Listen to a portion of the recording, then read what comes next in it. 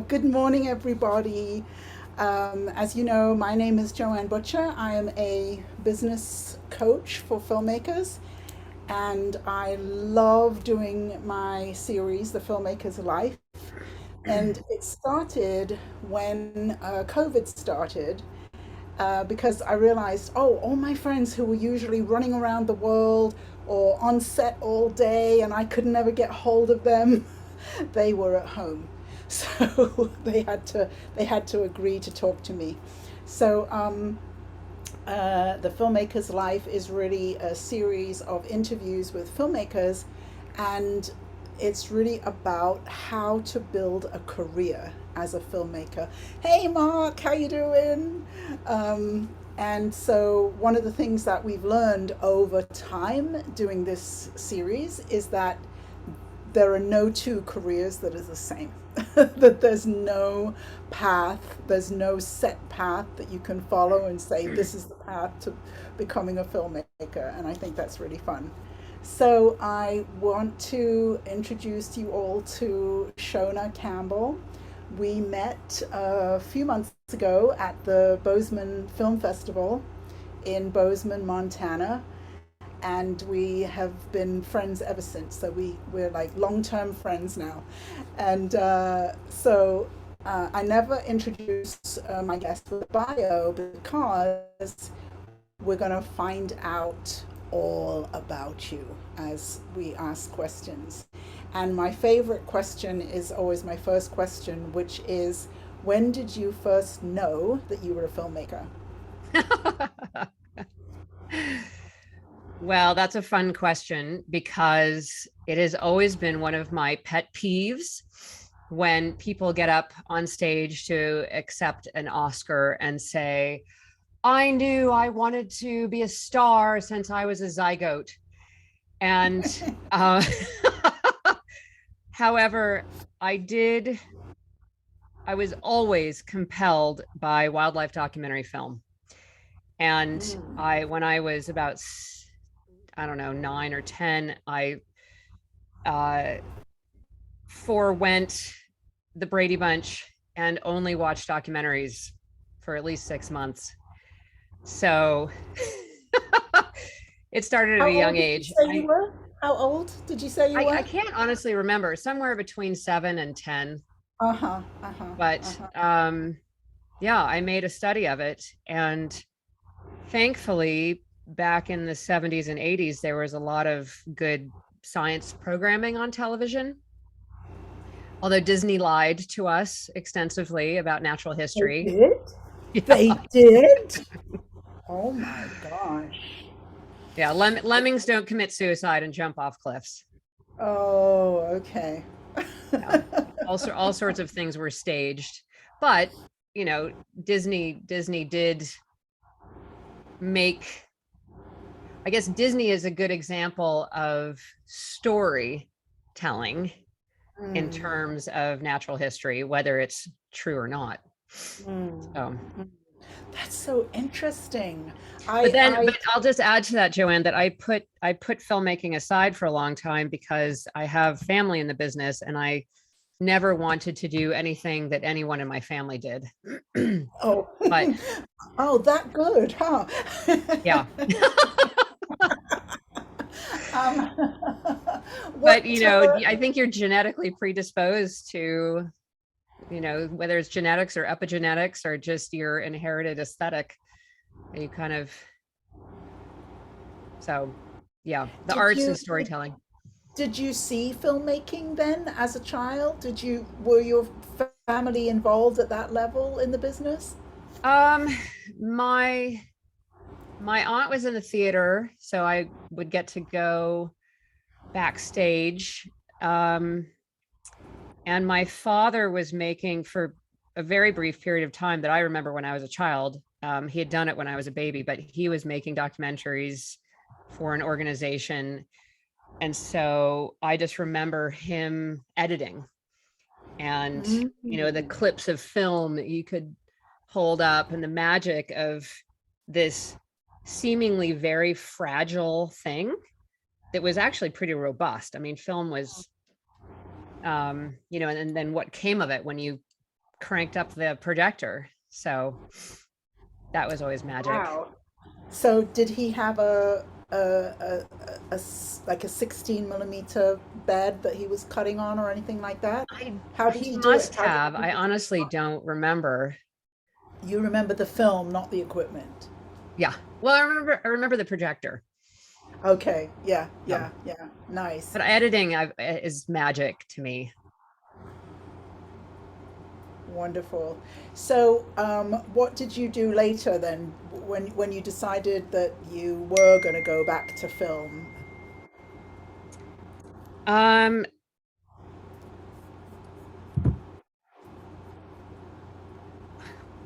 I'm not clear on your question. What do you mean? What did I do? So you were passionate about nature documentaries, but you said you didn't want to do anything your family did.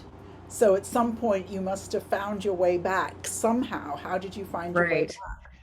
Well, I worked in environmental education and advocacy for many years Mm. because I care deeply about the state of our planet. And then I was working for a custom adventure travel planning company. And one of my colleagues worked for the Sundance Film Festival. So she convinced me to work for the office that actually puts the festival on. And it was total chaos. It was, I can't remember the year, but it was maybe '08. I get my, I can't remember, but it was the festival had expanded significantly. And I went to the premiere. I was working so hard, I really didn't have any time to see films. And when I did go see a film, I would just fall asleep in the theater. But I met all sorts of fabulous people. And I went to see the premiere film. And it was the same idea of a I don't write or film fiction, but I had, when I was younger, had an idea for a story. And this was the exact story. And I called one of my aunts and she said, "Show ideas float through the air. And if it floats through your head and you do nothing with it, it'll float onto somebody else's head." So, which I don't necessarily believe, but I like in concept in terms of, seize the moment if that's a good. Uh-huh.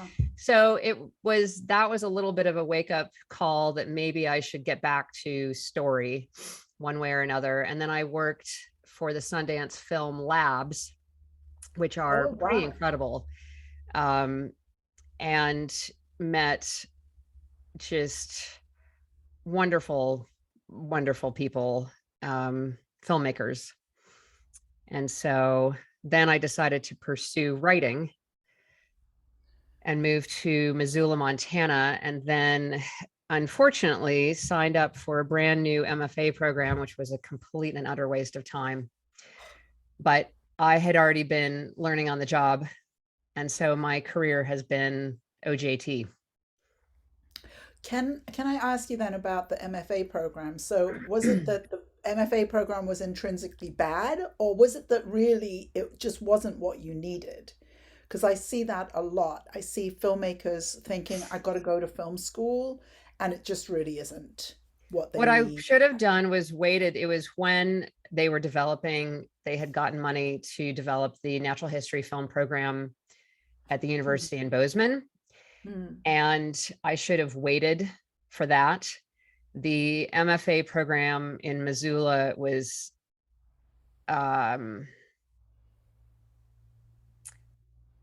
men who knew nothing about film at all. None of them had ever made one.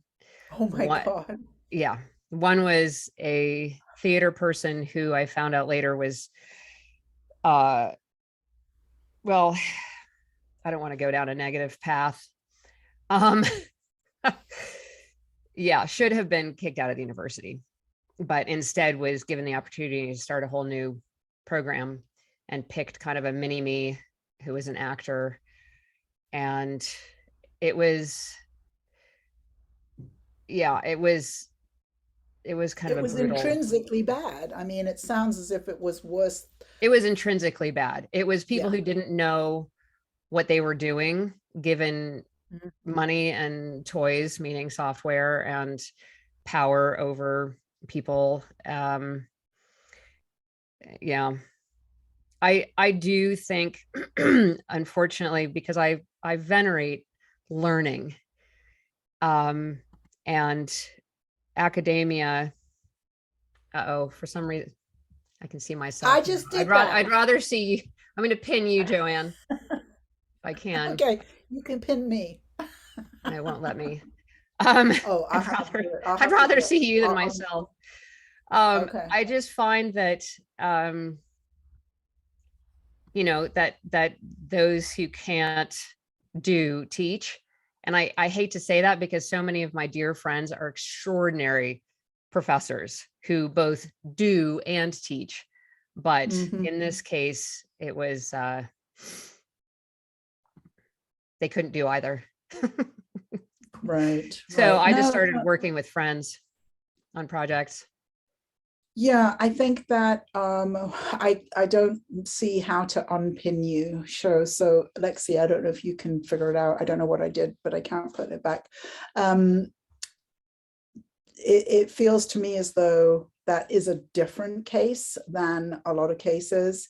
A lot of times filmmakers think, oh, I've got to go to film school, and really the craft has to be learned on set, or in collaboration with other people, and it doesn't particularly help in that sense going to film school. And then sometimes people go to film school because they can make connections, and that really works well, I think, if you want to go and work in Hollywood. But I don't know that it works well for people who are independent or who want to live in Montana, Right. um, but some film programs are very good at getting you connected if you want to work in Hollywood. Yeah. But film school. I think there's so many aspects to filmmaking, and I primarily work in documentary, and the technical aspects of editing, using a camera, doing good sound, um, you might as well take a workshop and save yourself the money. and Mhm. then and then pursue working with really talented peers.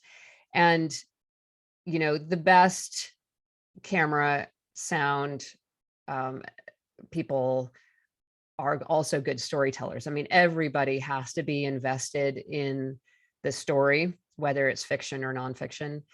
Um, but I think that's something, I don't know how much that is taught or can be taught. Mm, I think mm. I think film schools would personally, I think film schools would be better off teaching the technical aspects and showing people films. Like, to be a writer, you have to read. To be a filmmaker, you should watch films. But then let people have more freedom, creative freedom. I'm all about creative freedom. Yes, yes. So after you escaped from university, what did you do next? You said you went and worked with friends. What did you work on? Oh, this is where I focused when I had to refresh my memory on the things I've done. I honestly don't remember a lot of the early things that I've done. But you know, I've shot, I've done sound, I've done research, I wrote, I got into producing, and um, done commercials. One one of my favorite memories from a while ago was being back in the day of flip phone cell phones. I had ridden my bicycle down to the rodeo grounds to see the slack, which is 2 days of competition before the actual rodeo. And the rodeo is just for the public. All the competitors are equal in winning the purse and the prize. And it was very loud. And I saw an LA number come up on my phone. I was in Montana, obviously. And I couldn't hear very well, but I heard Obama and Butte. And I said, hold on a minute. I'll, I'll call you right back. And it was Leslie Chilcott, who's since become a dear friend, and she hired me to basically produce, field produce the segment of filming then Senator Obama for the film that she and Davis Guggenheim were making for the Democratic National Convention, which is a biopic called A Mother's Promise. And it was 4th of July weekend, and trying to find a location was crazy. And I got us one of the old chateaus, and there were just, maybe 6 of us. And it was pretty incredible. Oh my goodness. We filmed at other locations outdoors, and he spoke, but was this before Obama's presidential run, or what? It was his first. It was his first. It was during his first. So he was then senator. Yeah. Right. Wow. And he chose, what an amazing time to go to Butte. Well, Butte is a pretty extraordinary place, and it's has always been a Democratic stronghold of Montana. It had many of the first unions in the country, the first women's union. So yeah, and Montana. Only a Montana filmmaker can tell a story about being at the rodeo. Getting that phone call. Getting raced off to meet Obama. Yeah. Yes, that's really nice. That's really a great story. So what came out of that? Did anything come out of that experience?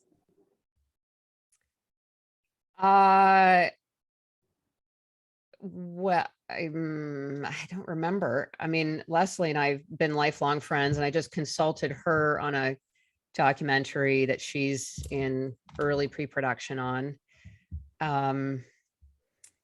I did move to LA to work on a history genealogy series, but that wasn't connected to this. Can you tell us a bit more about that? About the LA experience and about working on the genealogy series? So there are a lot more filmmakers in Montana and a lot more filmmaking happening now. Let me just preface my story by saying that. Yes. The film school here, the MFA, not the one in Missoula, but the wildlife one here, has been very successful, and people come from all over the world to film in Yellowstone. And that's a huge amount of where my work comes from, is people wanting to film in Yellowstone, especially Brits and French and Germans. But it wasn't always the case that there was a lot of work. And I had done a fabulous job. I mean, the job itself was fabulous. That came out wrong. Working with actor Martin Clunes and his team for a series about the evolution of dogs. And we filmed in Yellowstone and had so much fun. It was the depth of winter. That whole film itself was an adventure. But they told me about the series, which was a British series called Who Do You Think You Are? That had been NBC and Shed Media wanted to do it in the States. But instead of just interesting people, they wanted celebrities, because it's America and we have kind of a celebrity obsession. So I raced down to, they basically said, we need you tomorrow.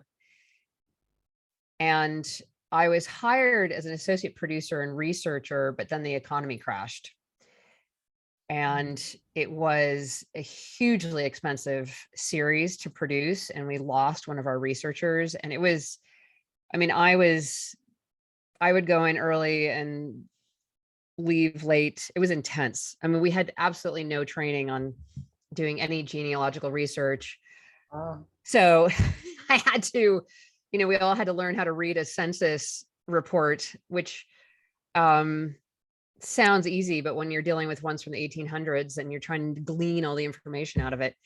But they also wanted, because it had been a British series, they brought over Brits who had worked on the series in the UK. So I had so much fun working with all sorts of British directors and, researching the history and genealogy of celebrities' lives at breakneck speed, and hiring researchers in Ukraine and Chicago and London. And so it was, I mean, my entire film career has been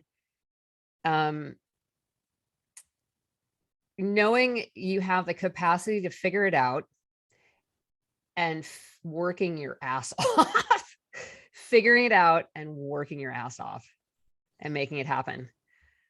Yes, when you were talking, I mean, genealogy sounds like something I could really get into, enjoying learning how to research. You know, I worked on a TV series called Addicted, and my job was casting.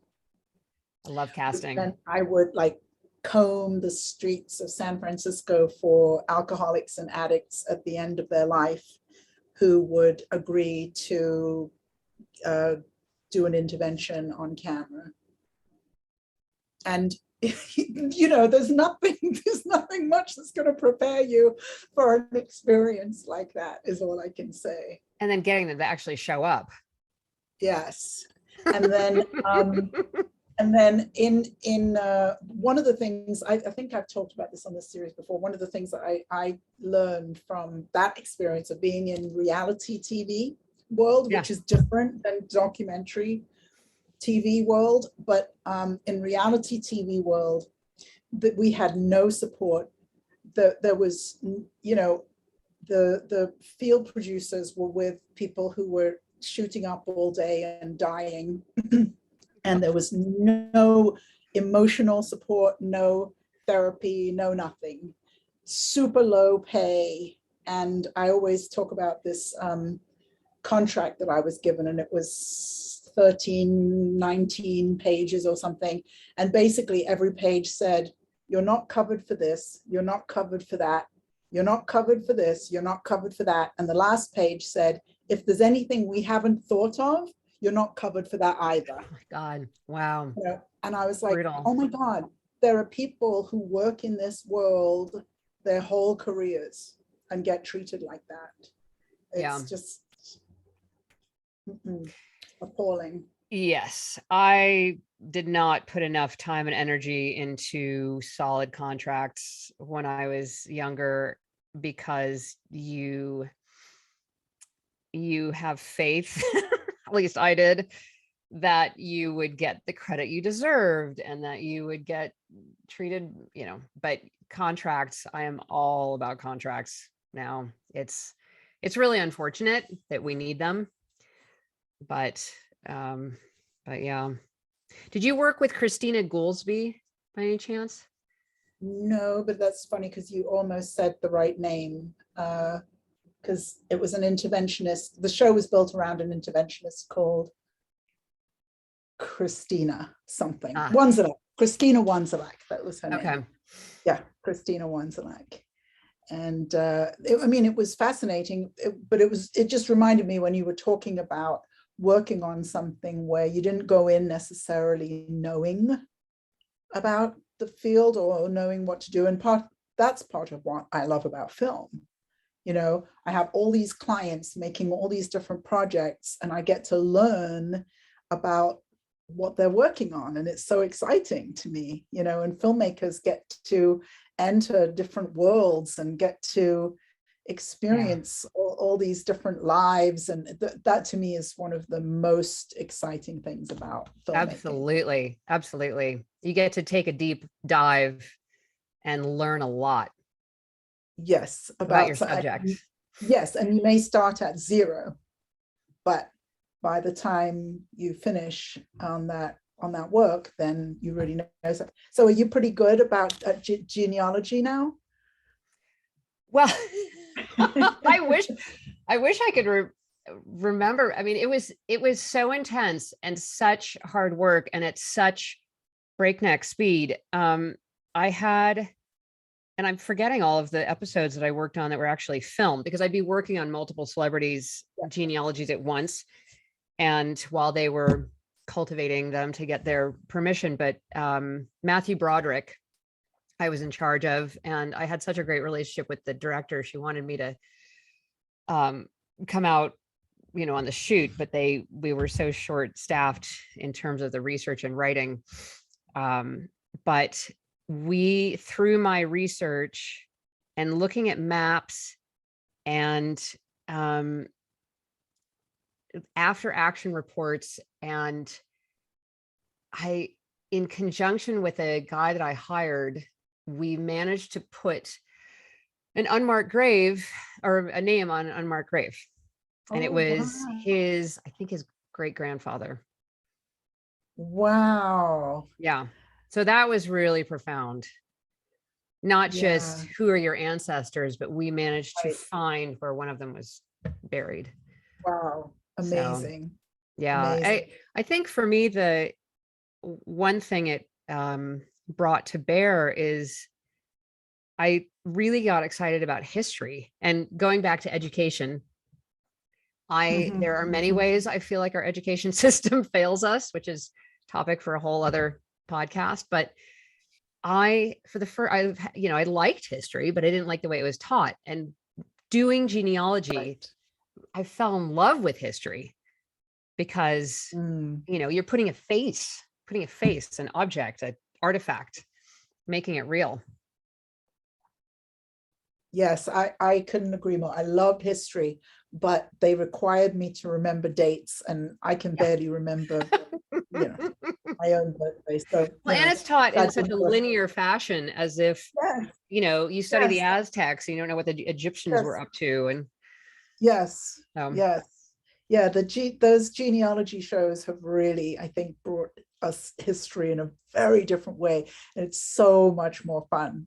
But what about the LA experience? What did you think of being in LA? I love LA. I thankfully, from so many other film projects and just life, I had quite a few really good friends down there, all of whom were in film, but they lived all over. And, as you know, LA is like 20 different cities bled together.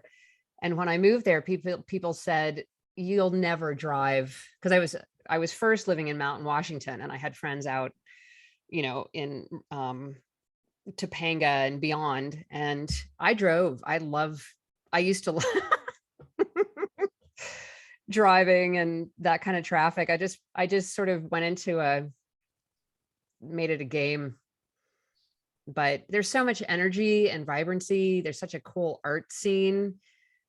I used to go to these underground art shows in downtown LA, and always something happening. So what have been the fun projects you've worked on since the genealogy days, since the LA days? What have you enjoyed? I've had some really fun projects.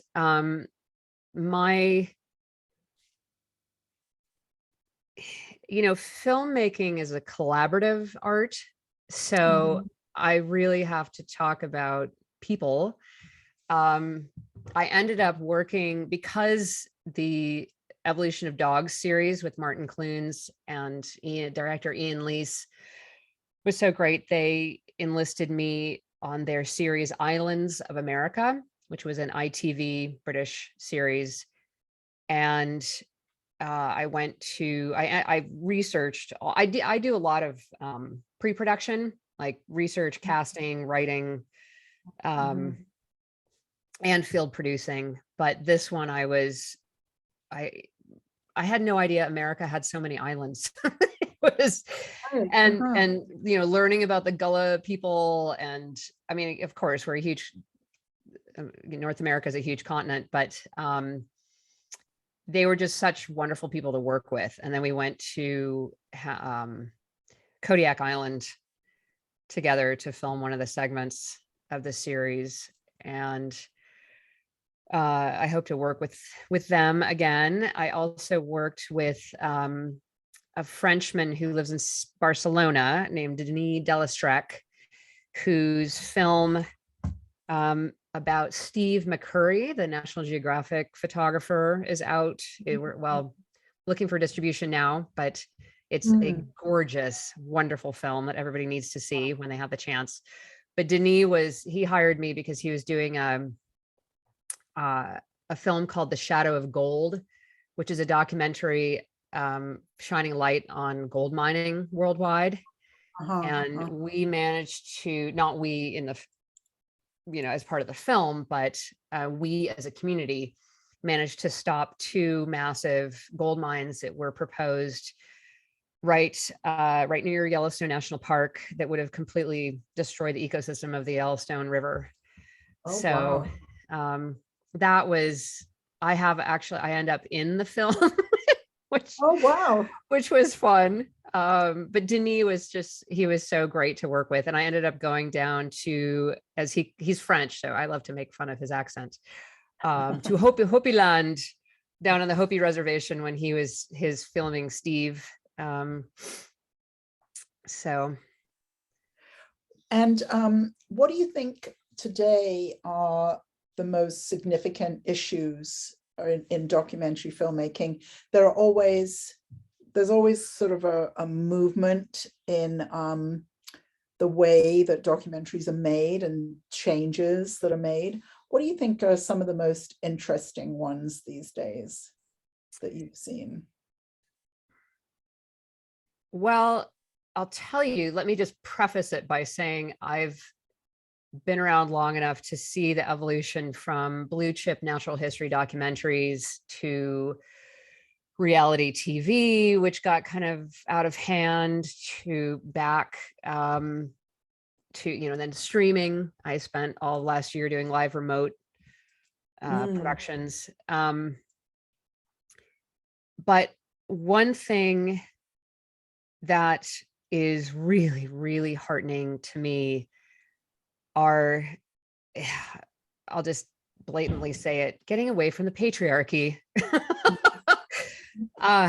When I studied, my undergrad was in English literature, and I love the canon, love Wordsworth and the boys, but reading Old and Middle English literature, which was the oral tradition, and then written down, reading Native American literature, reading African American literature, reading women's literature, that's where I really found more resonance.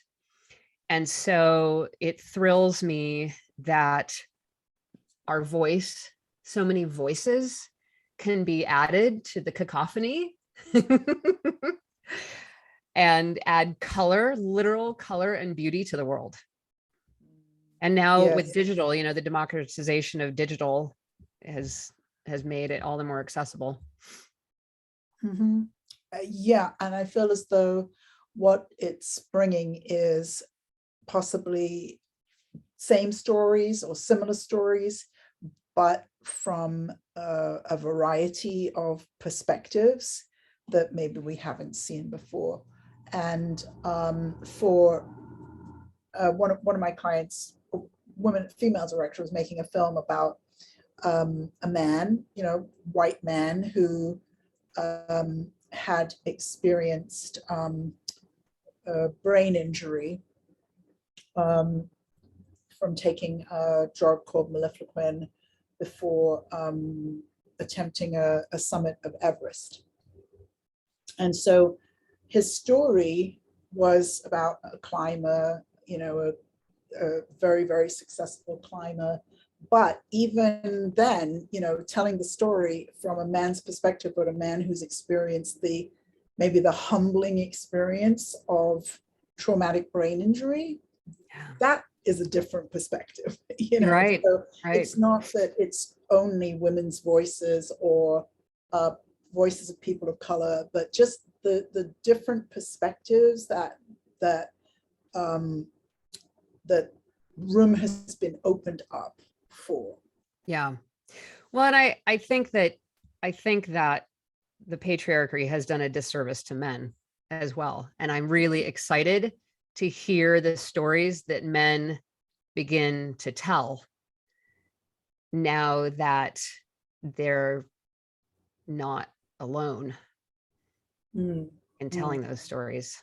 So the other thing on a technical aspect, I'm a little concerned about how the streaming world has made,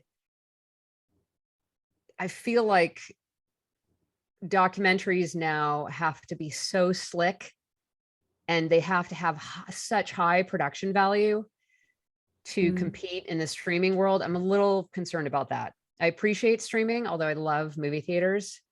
But, you know, anytime things get kind of funneled through a pipeline, there's a similarity that happens. Yes. And I want to keep the you know, the wildness in filmmaking and make sure that we keep venues for that.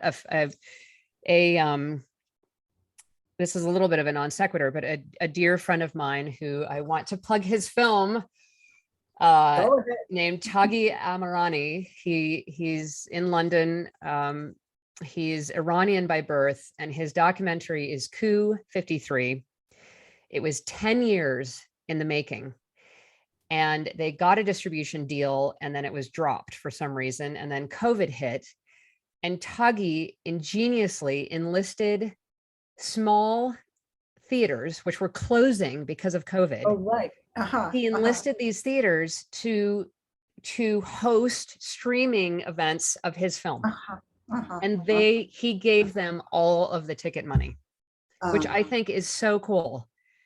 And his film is about, I particularly hope every American can see his film, because it's about the coup in Iran that was orchestrated by MI6 and with the help of the CIA.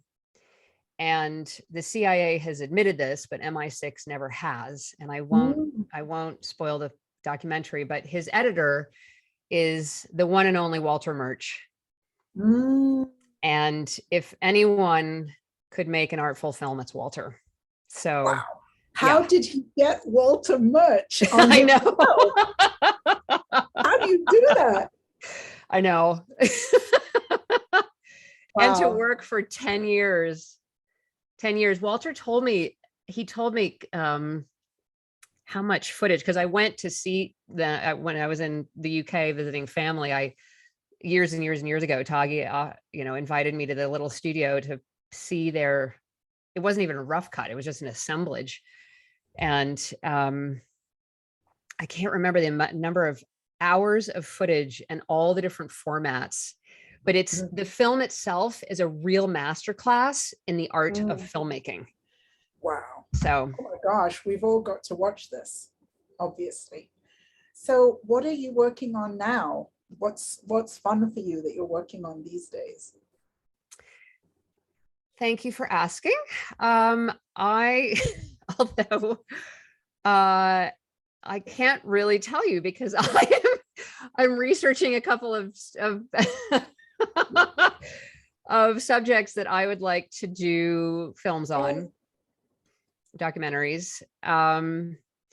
I did with some really cool peers.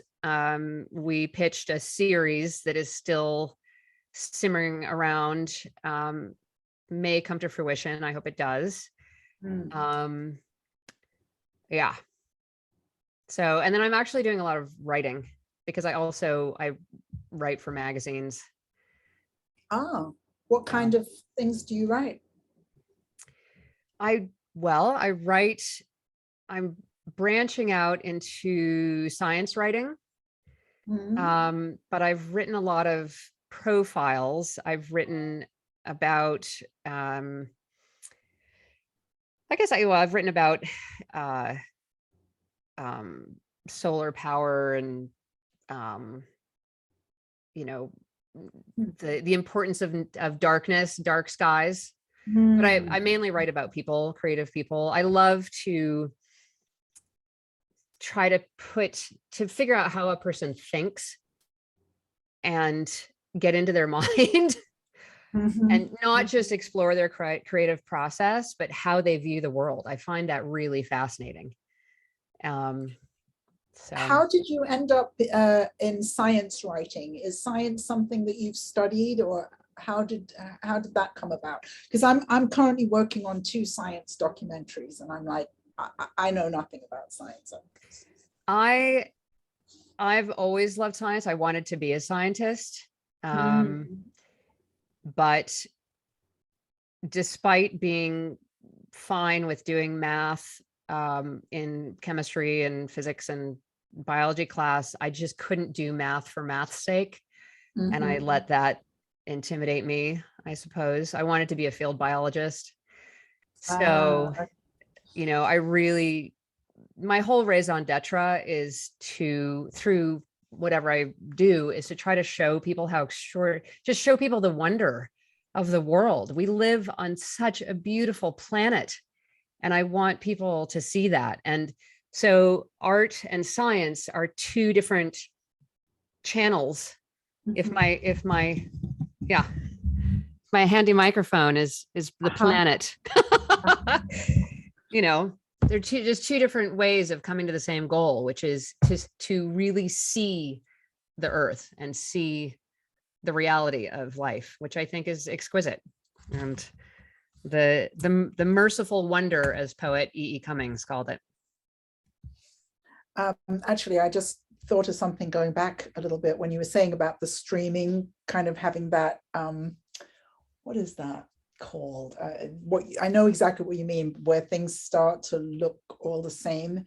But I noticed recently that PBS was nominated for 10 Emmy Awards for various documentaries, which makes sense. And 8 of them were basically biopics, so and I feel as though it's almost, if you want to have a really successful documentary, it's going to have to be about a famous person, and that's already doing that thing of like everything's starting to look the same. I have nothing against that. I think those are great films, just that 8 out of 10 is a lot. Right. There was I had a notion to do I don't know how I would recreate this, but a little short film. I just, in some of the research I was doing on a recent project, I was looking at wildlife in the greater Yellowstone ecosystem, which is really in peril because there are so many people moving to this ecosystem. And animals like grizzly bears need a huge amount of space to roam. Wolverines do, elk, I mean, most large megafauna.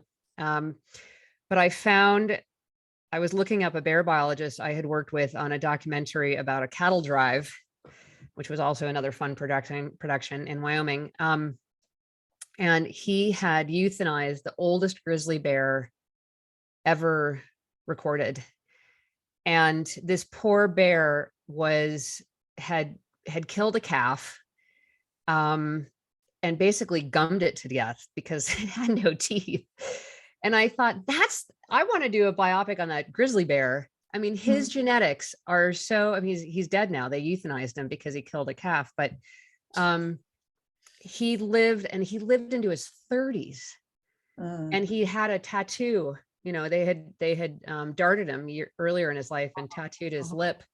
And the biologist was thinking, is this bear as old as I think he is? But I feel like we have the opportunity, since humans have become so disconnected to nature. I feel like there's an opportunity in filmmaking to find unique ways to bridge that gap between humans and nature in terms of filmmaking. So that's one of my missions. Oh, I love that as a mission. That's fabulous. Oh, yes.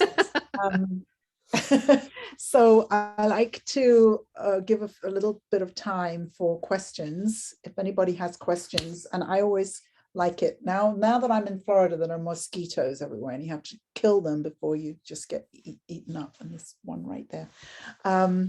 So if anybody has a question, please raise your hand and I will call on you.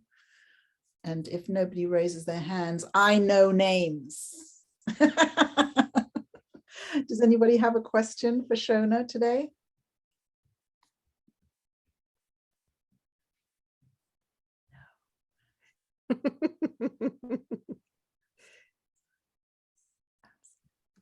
Okay, Kiki, go ahead. I don't think we've ever met before, Kiki, have we? No, we've never met. Oh, lovely to have I'm a you. former filmmaker. Oh, I now do sync licensing. So I ah, represent film. I represent film composers.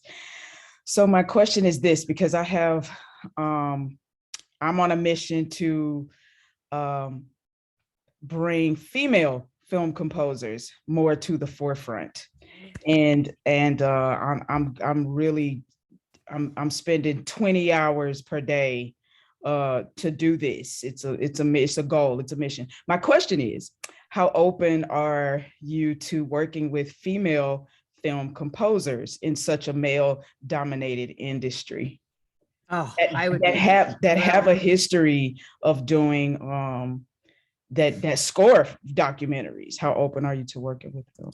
Are you kidding, Kiki? I'd be thrilled. It's great to meet you. Yes, Yeah. you as And good for you well. for doing that work. That's, yeah, Yeah, it's all where the world will be all the better for it. it's been I did tough. you, there was a story recently on National Public Radio, and I'm really embarrassed I don't remember this woman's name because I'm paralyzingly bad with names. But did you hear it? I think she was a Black composer who, orchestral composer who nobody has really heard because she was a woman. Did you hear Yeah. that story? I did not hear that story, but I'm intimately familiar with that, with the scenario, because I have a couple of Black female film composers on my roster, and that have done amazing work, and no one's ever heard of them. They're not represented. I have another young lady that actually worked on Wonder Woman.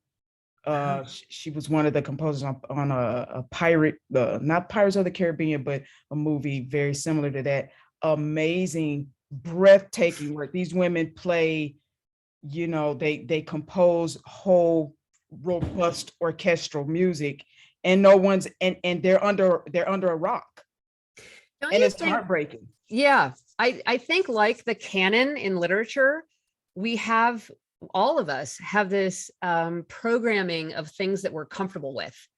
So when we hear a Williams piece, like Star Wars, or Yeah, we hear Philip Glass piece, it's like, oh, I'm comfortable with that. exactly. And we sort of have this idea of what movie music should be in Yes. certain ways. Yeah.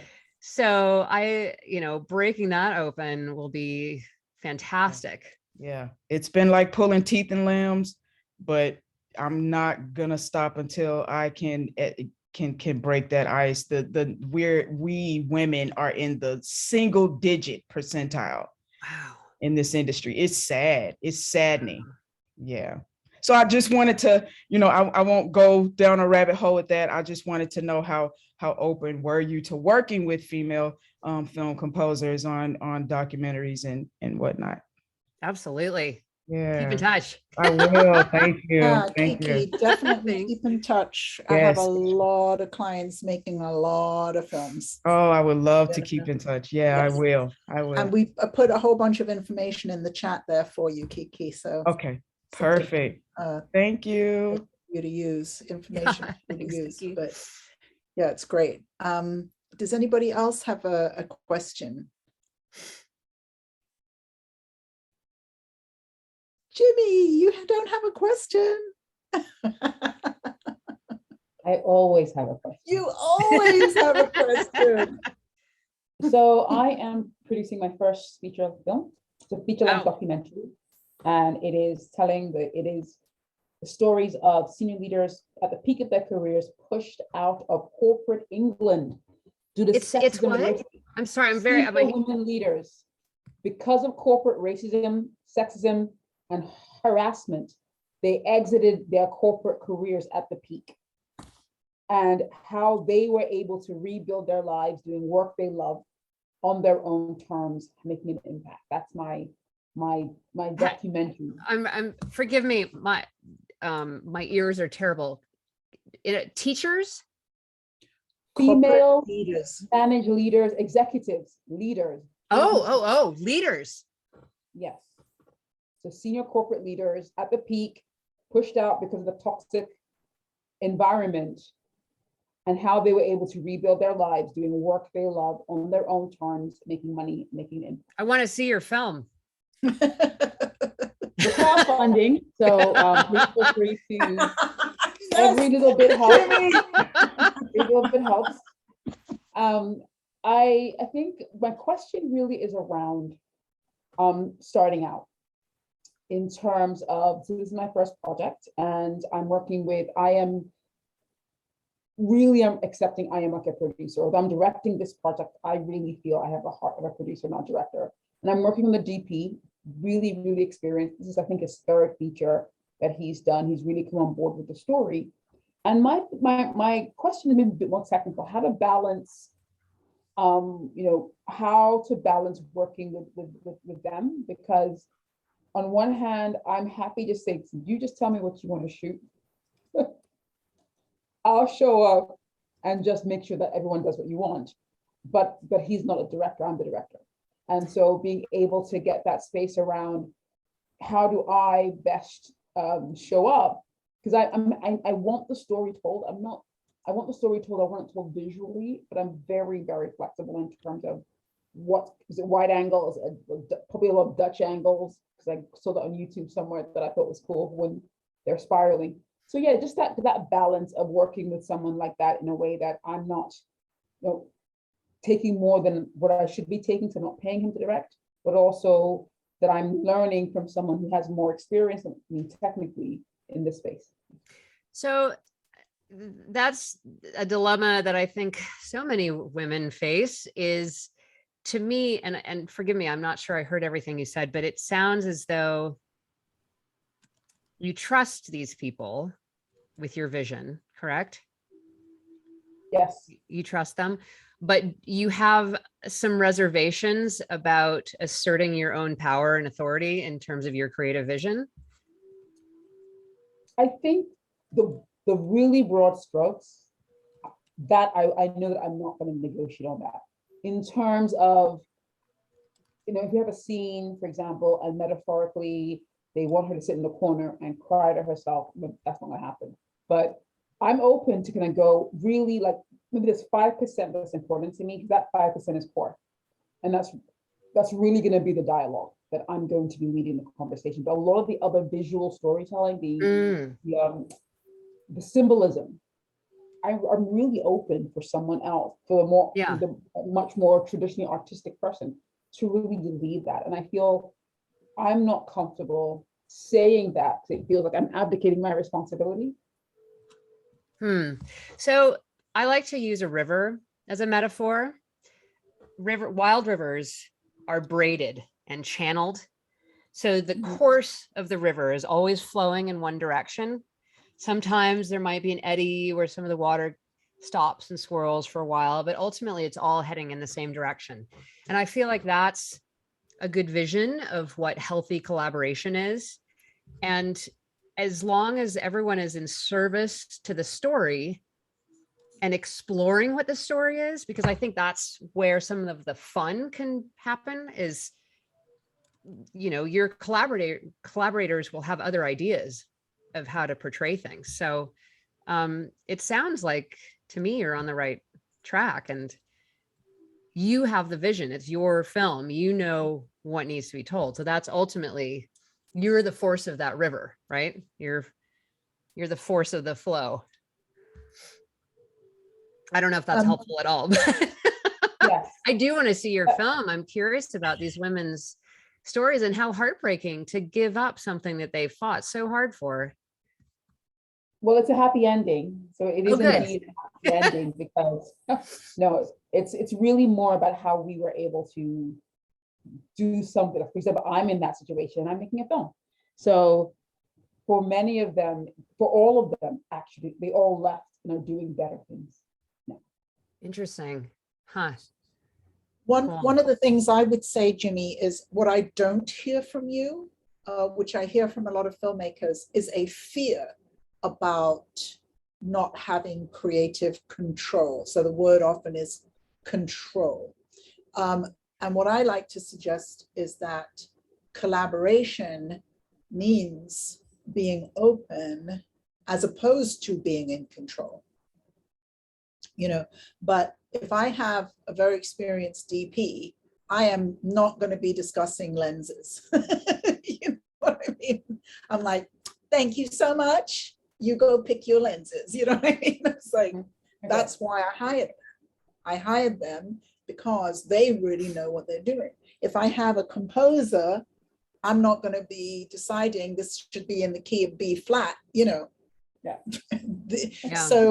So you as the producer are putting your team together, and you're choosing people who are very experienced, and that's why you're picking them. So they can run their shows. But as Shona said, they're going to be in the service of, you know, and then there are some things to be careful about. And I'll just give you a little example. I had a client making her first short film, and it was about her own experience of domestic violence. And I happened to be able to go to the set. So I went to the set, and it was this lovely home on the water in Miami. And I was like, oh, this is great, because she was telling a very white middle-class story about domestic violence, right? And I said, this house is great, you know, because people don't expect a story about domestic violence to be in a lovely home on the water. How cool, right?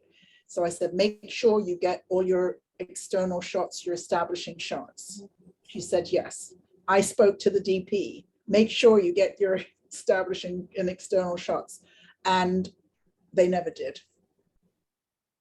And that is to do with a male-female power dynamic that is problematic and is common, and is very common in the film world, because especially on the technology side, it can be so masculine. So you are dealing with these topics and will probably be better able to handle those than a lot of women would, frankly.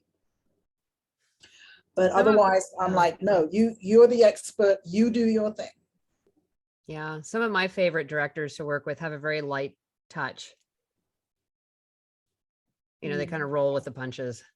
Mm-hmm. All right. Mm-hmm. Yes. Nice to meet you, Jimmy. You as well. I look forward to seeing what you're. Any other questions? Mark, do you have a question? Yeah, go ahead. Unmute yourself. Yeah.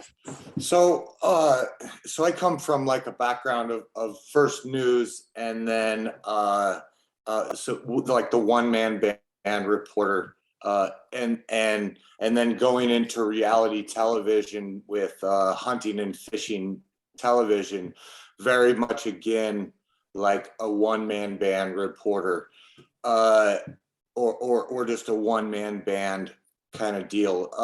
How do you really start to split that, like those responsibilities, and how do you really find people that you know, share your vision and want to create documentary films with you, instead of having it a very one-man band thing?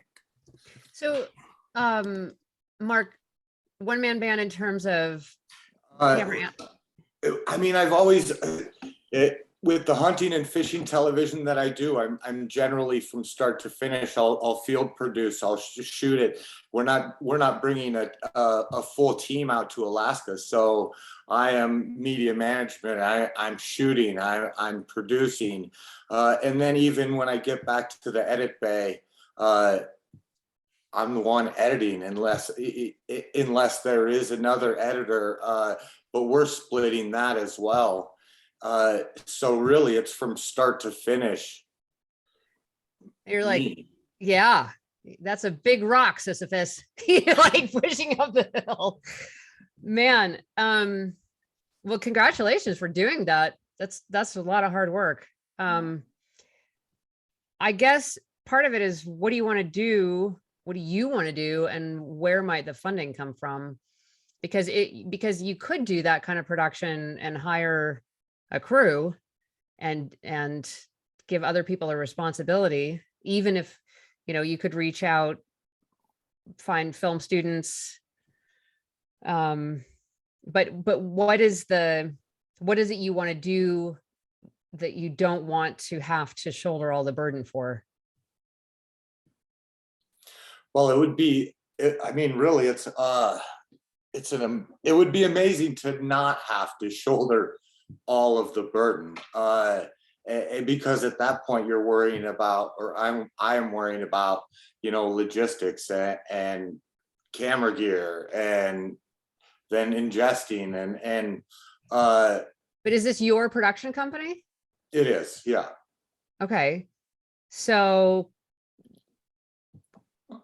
can you find the money to hire people? Yeah, I'm sure that I can, yes. Then it's like the giving up of the power. Relinquishing control, which is just what Joanne was talking about. Yeah. Well, but the thing is that not necessarily. Yeah. There's raising money and there's raising money. Okay. Mhm. So you can raise money in a way that doesn't have anything to do with relinquishing control. And that's why I'm saying that a lot of times filmmakers get stuck thinking that they're going to have to relinquish control. And I just prefer to use the word collaboration, because you can collaborate creatively, artistically, you know, but you can raise money and it doesn't have anything to do with control or collaboration. You can raise money in a way that says, you know, here's money, you go make your film, right? It doesn't have to be anything to do with giving up control. But it's often a place that filmmakers get stuck because they think that that's what's going to happen. Very much stuck there, yes. Yeah, but no, that doesn't necessarily have to be the case. Jimmy's raising money, but she's not going to have to answer to anybody about how she spends it, except to make a film and to make the film she said she was going to make. You know, that's it. So it's just that there are beliefs that filmmakers have that get in the way, and that's one of them. This thing about control is one of them. Anybody else have a question? I love that you break that down, Joanne. I love that that's part of your mission. Yeah, I just translate. I'm like, I hear what filmmakers say and then I translate it into, you know, but the fear of losing creative control is a very fundamental one for filmmakers.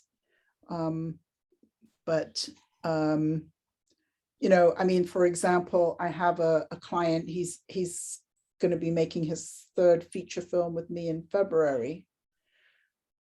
But this month he's signing a shopping agreement for a series. And we've already made the feature film. So he already had total creative control to make the feature film, right? And now when this goes, there will be a loss of control because we're not going to be making the series. It's going to be some company, you know, and that company is going to make it for their audience. And that audience is defined by who knows what. So there's a lot of loss of creative control in that scenario, but that's a completely different thing. That's a completely different world. You know, that's playing in Hollywood, which, you know, is not necessarily my cup of tea. Patrick, Joanne, good to see hey, you. How are you? Great. Good. I have a question.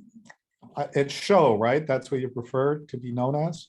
Well, my name is Scottish Gaelic. It's pronounced Shona, but Shona. I Okay. go Well, by Show. I'm Patrick McGowan. I'm not Irish at all. Nice to meet you, Patrick. Yeah, I'm not Scottish at all. Whenever I'm in the meetings with the money, I always say I'm a good Jewish boy, and they all laugh. So I have a question for you. Actually, Joanne, I wanted to tell you before I do that, I'm actually going to camera with a thriller feature, low budge, but the entire team is female except for me. So Oh, aren't you lucky? well, I am actually. When we're doing collaborative work, I would rather work with a team of women than a team of guys, definitely. And in fact, the only men that are on this crew are all seconds. So all the firsts, all the keys, and all the firsts are women. Even the DOP, the director, the writer, it's all female cast. There are no men in the story. Wow. Yeah, it's going to be really slick. I can't wait to show it to you when we're done. But what's the genre, Patrick? it's a thriller / horror. There's a little bit of gore in it, but it's about a woman's transition from madness to more madness, and then finally getting empowered enough to do what she should have done years ago. Wow, cool. Then she walks away. So yeah, it's pretty cool. If we can pull it off. And we're actually shooting it in a decommissioned not a mental health facility. It was a huge facility. It's about 1 million square feet that was here in Ontario, where I live, up in Canada. And this particular hospital serviced all of the people that needed residential care. Wow. So there were people that lived their entire lives in this facility. And it was decommissioned several years ago, bought by a local entrepreneur. And now he's kind of reconditioning it into, apartments and business blocks and stuff. But 80% of it has never been touched. It's as it was when they moved out 15 years ago. And it's in these gradual stages of decline. So you go from one ward to the next. They're physically identical, but they're in like increasing disrepair. It's absolutely incredible. So we can actually stage scenes that reflect the lead actress's state of mind through the physicality of the space, without having to do any set dressing at all. It's like a Peter Greenaway film. Kind of, yeah. It's a little bit like a Shutter Island story too, to some degree. But I'm not one of the writers. I just run this platform where we facilitate collaboration and co-ownership of IP. So that's how I got involved. But anyways, but I'm actually a wildlife cinematographer too, and my specialty is bears. That's what I love to do. Is what? So, bears. Oh, well then let's make that little film. I'm in. Well, I'll tell you what. If I can get your contact info, I'll send you some samples, because I want to make the definitive story of bears, the real story of bears that nobody's done yet. So, because I just love them, and most people are afraid of them, and they get a bad rap. And I hang out with grizzly bears up in Katmai in Alaska, and we're in very, very close quarters with these animals for periods of time. Polar Doug bears, Peacock different has just story. made a beautiful film about bears, because he's spent his wonderful life. But it's about conservation of bears, because they're in real peril in our neck of the woods. Oh my God, yeah, and it's not getting any better. So yeah, we can talk for hours about that. But I do have a question. Sorry, Joanne, did you want me to get to? No, I was going to say, don't you specialize in polar bears? Well, I don't specialize in polar bears, but I've been fortunate enough to work where there are lots of polar bears on several occasions. And in fact, my favorite spot of all is where the Mother's Den in Canada, down near Churchill, Manitoba, where the denning area is. So we go there and we try to witness the bears, the cubs coming out of the den with the moms, which I've been lucky to capture some pretty amazing footage in those areas. And I also hang out up in Baffin Island, at the top of Baffin Island, a place called Arctic Bay, and another place called Pond Inlet. So I'm a bit of an Arctic freak, but I haven't been for a while. I need to get back up there soon. So I need a reason to go. Yeah, basically. cool. But I want to ask you, what would be, what my dream question, and I was going to make this the last question, Patrick, but go ahead. Okay, I'll make it quick. So what my dream project is. I'm wondering what your dream project is. Well, great question. Yeah, thank you, Patrick. My pleasure. One of them is the one that I'm researching right now, which I may tell you about it at a future date. You know, okay, so given what you just said about your crew, I love Jack White, and I saw him on tour when he had an all women band, and I ended up writing a whole Western in my head. So someday, boy. even though I'm not a fiction filmmaker,